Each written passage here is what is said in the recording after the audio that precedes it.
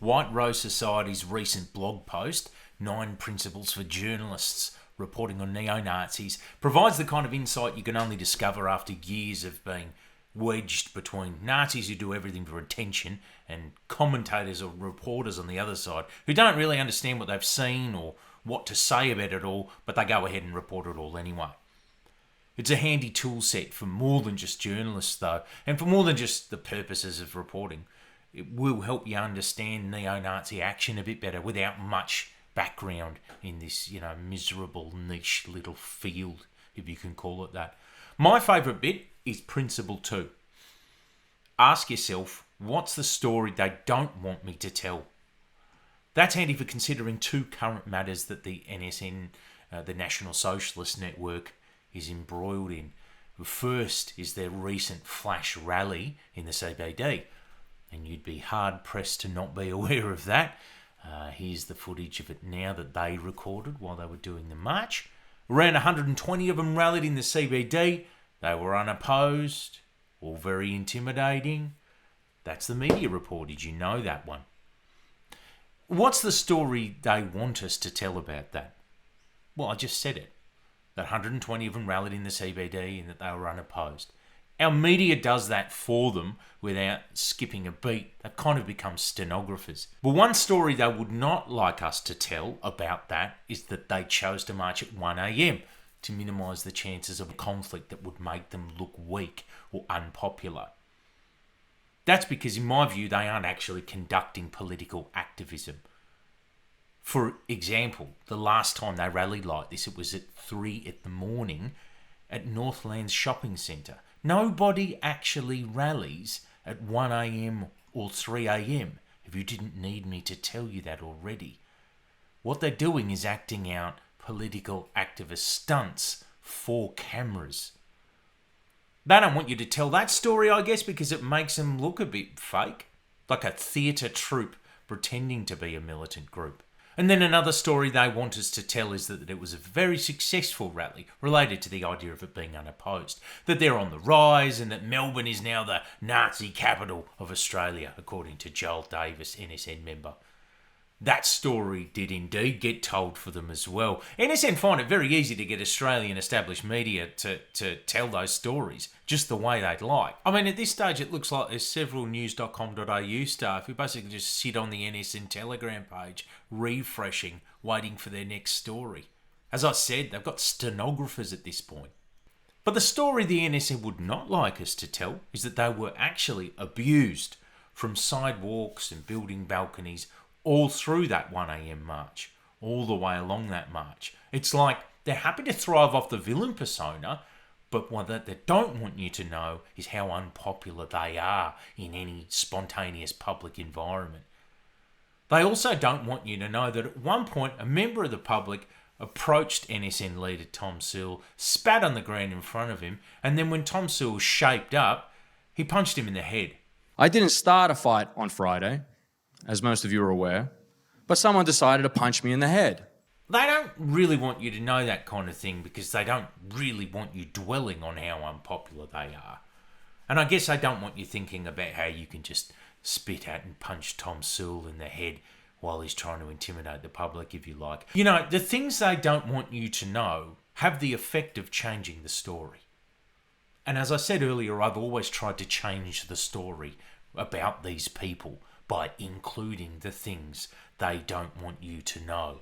But we've reached a real fork in the road here, my friends, because the NSN I know and the NSN that you know, or that the public gets to see, let me say, are 2 very different things.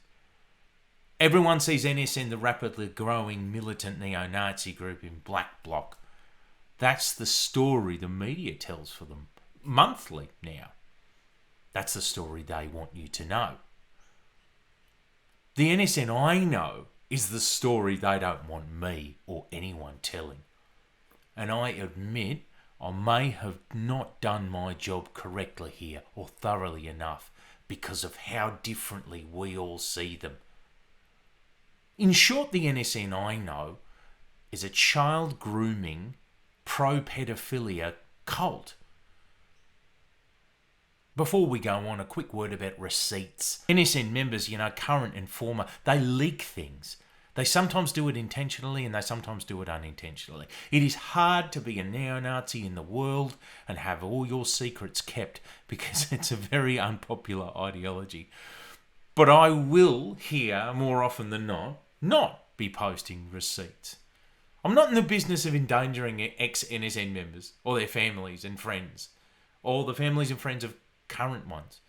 Again, this is a cult, a very dangerous one, with a demonstrated pattern of violence and of harassing and intimidating parents, partners, families, ex-members. But I am making it clear to you here that my information is based on discussions I know about and have seen, items of evidence, leaked NSN discussions also about strategy that I've either overheard or been informed of. I have various ways and means. Anyway, NSN, the cult, let's talk about that. The NSN's activist membership is open to all ages of healthy white men, as I understand it, but crucially, it's open to little boys too. They recruit underage boys via their Telegram NSN bot, or as it's now known, I think, the White Australia bot, where you can message them and get recruited, which usually happens in big spikes after the mainstream media promote their flash mob stunts for them. But they do also actively recruit on platforms like Steam and Roblox.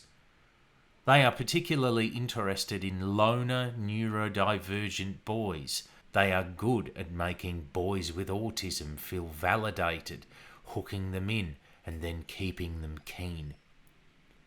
But it's hard for little boys to simply join a cult.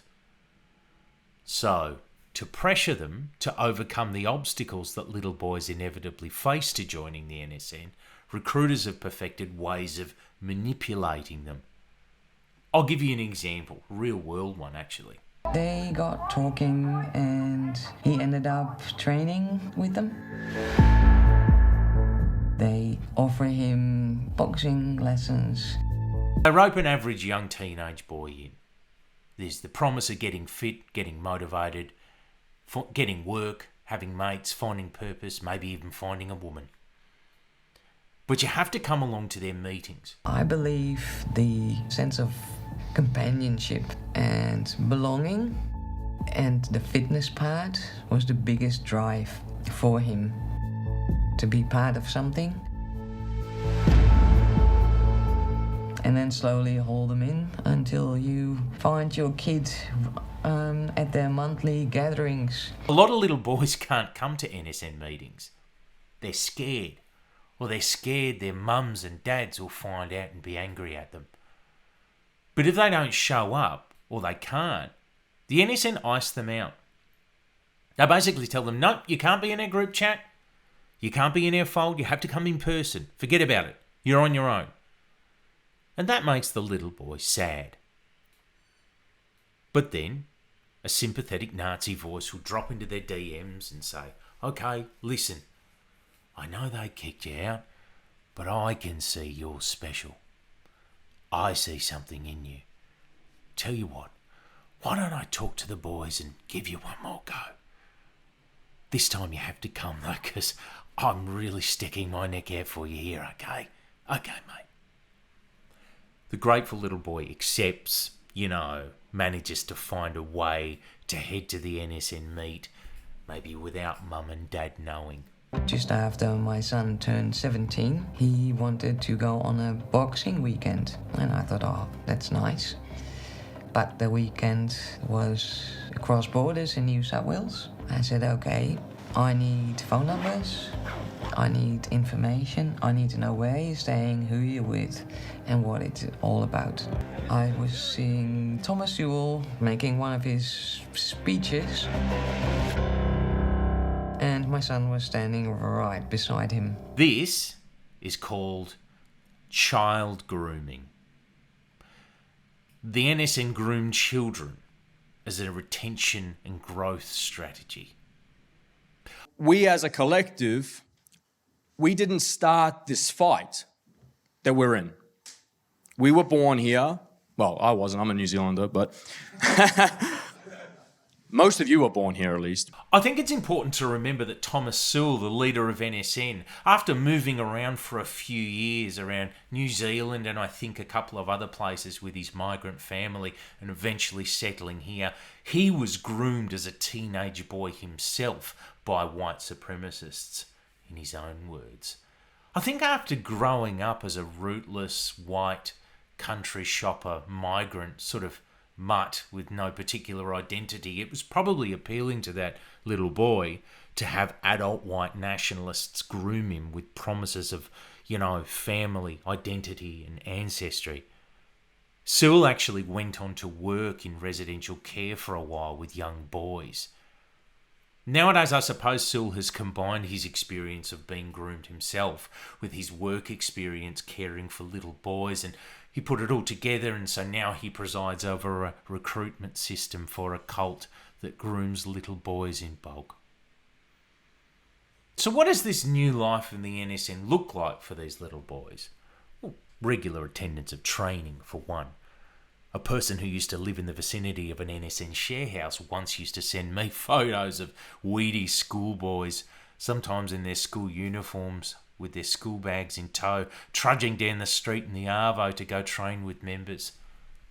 But more than that, kids can be linked up to an NSN sharehouse, which is rented out by an NSN member or supporter and subletted in turn to a few young men. So we're in this really ordinary suburb of Melbourne, and this house is the unofficial headquarters of the National Socialist Network. Several members live here, and one of Emily's biggest fears was that her son would leave home and move into this house. They could be linked up to work in various trades, employed either by members or supporters who don't quite want to stick their neck out by participating in NSN affairs directly, but they do want to support the project from the shadows. NSN work, NSN residents, NSN friends, NSN girl if you're lucky. As you can see, they've really created their own internal support system. Aside from attending regular training and paying membership fees, obligations for these members, including the little boys, include attending the calendar of regular activist stunts. Yes, they are scheduled in as a calendar, the flash mobs and such, and also attending weekends away. These weekends away can and have included everyone going out into the bush to howl at the moon shirtless while Thomas Sewell preaches to them from sections of Mein Kampf as they drink raw milk. You think I'm joking, but I'm not. Then they have fights around the fire. These aren't really normal sparring sessions. They're like people cheering each other on as they draw blood. So you can have the older groomers watching the little boys get beaten up. If you're a little boy who's joined the fold and who's subsequently dealing with suspicions or pressure from your family or friends to leave the fold, well, NSN groomers are there with advice for you on how exactly to prepare for your 18th birthday so you can cut the ties right away. They know all the tricks and they're happy to share them. But this also comes with a fair deal of pressure. NSN members apply pressure to each other to stay in the fold. They're very restrictive with each other. NSN members police each other's diet. They're fucking weird about food. They ascribe to just about every weird dietary hang-up you've heard of coming from the right-wing conspiracist set. They eat raw animal organs and drink raw milk. They think potatoes are death. No seed oils, you name it. No comfort food too. I mean, if you eat junk food, you'll be bullied. So there's no being a sad kid and ordering pizza, not without consequences. You can see there's generally speaking a really restrictive culture around food. And the word is that bullying extends beyond mere words and isolation and goes into some of the combat training they do with each other. This extends well into socialising and personal life too. NSN leadership, including Thomas Sewell, must be permitted access to your phone if it's requested. You aren't really encouraged to date outside of NSN circles. Your social circles are controlled. But the NSN have realised that ideally they need to get little girls in to date little boys. Otherwise they can lose the boys. They've managed to cultivate honeypot accounts on platforms like TikTok through which pretty young NSN boys receive message from young, often teenage girls. Having gotten interest from these girls, they can then get them on board, move them into circles of NSN women and distribute these girls among their members. I have heard from several women who've chanced upon someone like Thomas Sewell and had them attempt to recruit the women. You know, be told that they're always on the lookout for fresh women to partner up with young men in their community and that you can contact me anytime. Sometimes these women didn't even know who the person was or who the NSN was for that matter. They've just got some random man trying to groom them to date someone else they don't know. I don't know. Sewell may be doing this sort of thing with every normal woman he meets outside in the real world who he finds willing to speak to him. There are adult NSN members dating these young and sometimes underage women too. But Sewell is conscious of the law. For example, once I asked Sewell about dating underage women, because I understand this to be a popular thing in their community. I'll show you here. Here's the chat. Sewell's response to me was an amazing thing. He said, "What's AOC, Taniki?" I remember sitting at my phone for 5 minutes puzzling over what he meant. AOC? The first thing I thought was Alexandria Ocasio-Cortez. It took me some Googling to find out what he meant. He meant age of consent. This is a leader of a neo-Nazi group who's so familiar with the age of consent laws that he abbreviates the term. Now, I and others have made a point in the past of sharing that numerous NSN members are in favour of legalising pedophilia. That is, they literally think you should be able to marry 12, 13, 14-year-old girls. I should be clear with my words here, though. This doesn't equal pedophilia. Oh yeah, it implies that it's going on, but it's not that.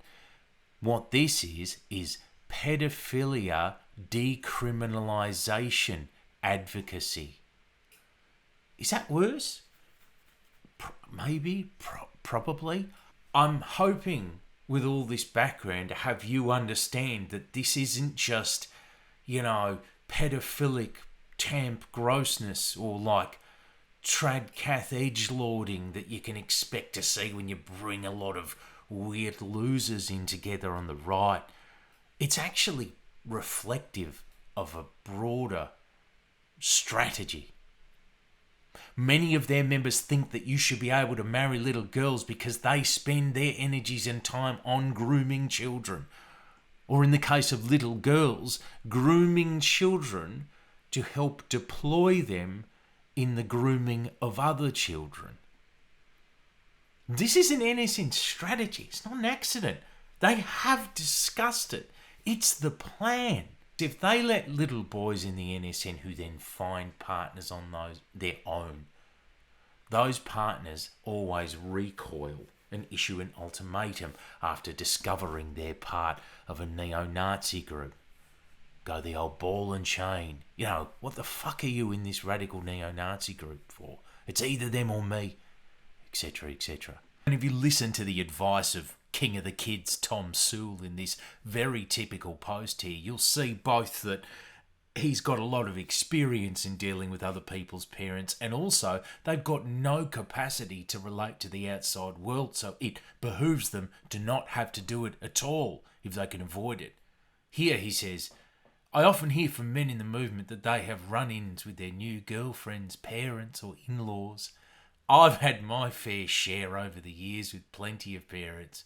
I'll have you, mate. So listen to my advice. And he basically says that you should tell your partner's parents, what have you done for this nation? What have you done to secure a future for your grandchildren or our race?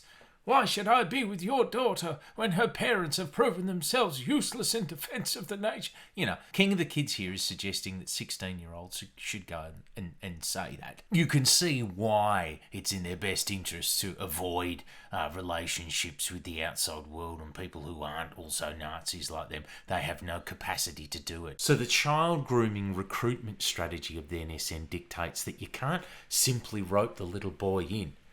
That's not enough. You have to try and hook them up with new girls on top of the new friendship circle you're giving them in the form of the group and the new job and the new share house and that kind of thing. You've got to give them a new life. You've got to isolate them. Once the girl is in, they do have a kind of women's auxiliary. It involves a little substrated scene of young women and girls performing exclusive brethren type activities. They share some of these activities to Telegram channels, making little weave baskets and dancing around maypoles. I mean, I don't know. You draw your own conclusions from this shit. What do you reckon about it? The goal with the girls is to get them to drop out of education and work, to get them to become domestic partners, and then to get them to have home births and babies. Once you've got an NSN boy to meet an NSN girl and they have an NSN baby, I mean, you could probably keep these little boys and girls for good once all that happens. And you know what? That's the point. Keeping kids and then getting them to have kids that you can keep. If women try to leave this life, as they do, they sometimes have to go into hiding. Now, there's a lot we can't say here, as you'll be able to understand, I'm sure. But suffice to say that domestic violence is permitted among NSN circles, as is very restrictive practice and financial control of women. I suspect we will eventually go on, unfortunately, to hear some very horrific tales of what these women are going through. Everything I've described sounds like a really repressive life for these young NSN members, wouldn't you agree? Does it get too much for them? Oh yeah, people do leave the NSN fold. It happens. They're often harassed by the NSN, along with their family members and loved ones on the way out, depending on the circumstances. But they do leave. But it seems that not everyone leaves by walking out the front door. I mean, we do know that at least one NSN member has taken their own life. The reason we know about that is because before a Four Corners special came out on the NSN, Thomas Sewell thought they were going to talk about this one young man. I think he must have had some sort of questions from the journo or something to that effect. I don't know. So he went public with a little info as a sort of a preemptive containment measure. It must have been a real worry for him to do something like that. I think it shows that they had a real concern about the release of whatever information they thought the ABC were going ahead in. So I started asking around because I was shocked and concerned to learn that the first casualty of the NSN was an NSN member. And I'm still in the dark about the full story, but one current NSN member tells me this person had mental health issues. And word I hear from ex-members tells me that this person was given a really rough time in the NSN. But I don't know. Did he receive support in the group?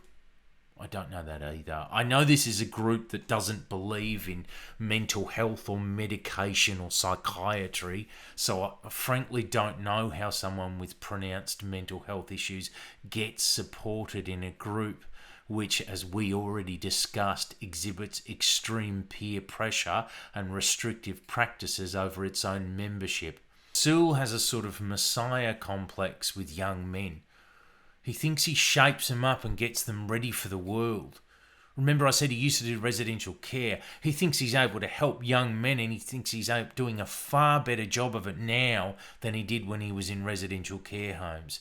He believes that mental health isn't a thing in the way we do. He thinks that exercise and a purpose and fighting for your race is all you need. But in terms of, like psychiatric treatment, well, that's all a Jewish conspiracy to keep white men down, isn't it? What does Sil say if you're feeling down, feeling negative, feeling black-pilled? And you're going to sit there and be black-pilled. Fuck you. I hate you. You're a piece of shit. You're destroyed. Like, you basically deserve to kill yourself. I just have no sympathy for it anymore because our struggle is so immense. We're at war. We're all suffering. Just get with it. Get with the fucking program. Piece of shit. Well, someone did kill themselves, didn't they? So who's in danger from the NSN? Really? I mean, is it a Jew? Or a gay person? Or a trans person? Or a black person? Or an indigenous person? Or the communists, as they say, the lefties who fought them? Ideologically, yes, these people are the stated targets. Threat level says yes, because history tells us who exactly militant neo-Nazis target when they're about to do violence. And the NSN talk a big boilerplate Nazi game about what they'd like to do to everyone else when they obtain power. But I think the facts demonstrate that the people most in danger from them right now are actually little white boys and girls. There's only one dead person that I know of so far, and they were in the NSN. But maybe we won't find out much more about that.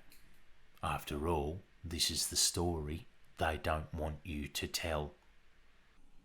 And what can you do to stop this? You go out there and you make sure people know about the NSN that they don't want you to know about.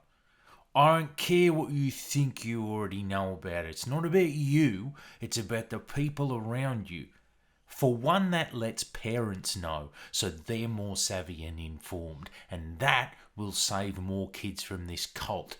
There's families and there's members leaving the cult all the time. This knowledge will empower more to do so. It lets the public know so they tell each other. It lets these self-professed Aussie patriots know that the racists they're thinking about rallying with on August the 31st are also a child-grooming cult.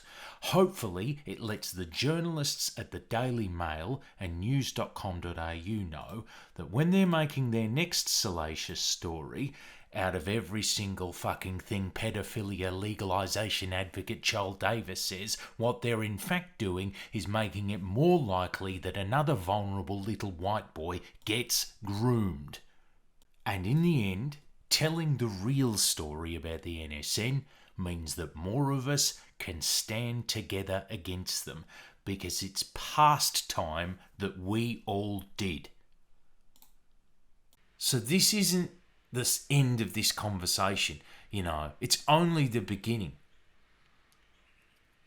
If you know more, if you have more to tell me to continue correcting the story that we tell about this cult, you can contact me at tomtanuki@protonmail.com, and I'll honour your secrecy and your privacy with anything you disclose. That's all for now. As you know, you'll hear from me again soon. But that's all from me for right now. Thanks for bearing with me through this fucking mess, man. Oh my God, how did we get here? I'm at patreon.com/TomTanuki if you want to chip in some support, however small. I'm so grateful for your support. I'm independent as fuck. Who the fuck else would let me do this shit? Thank you so much. See you again.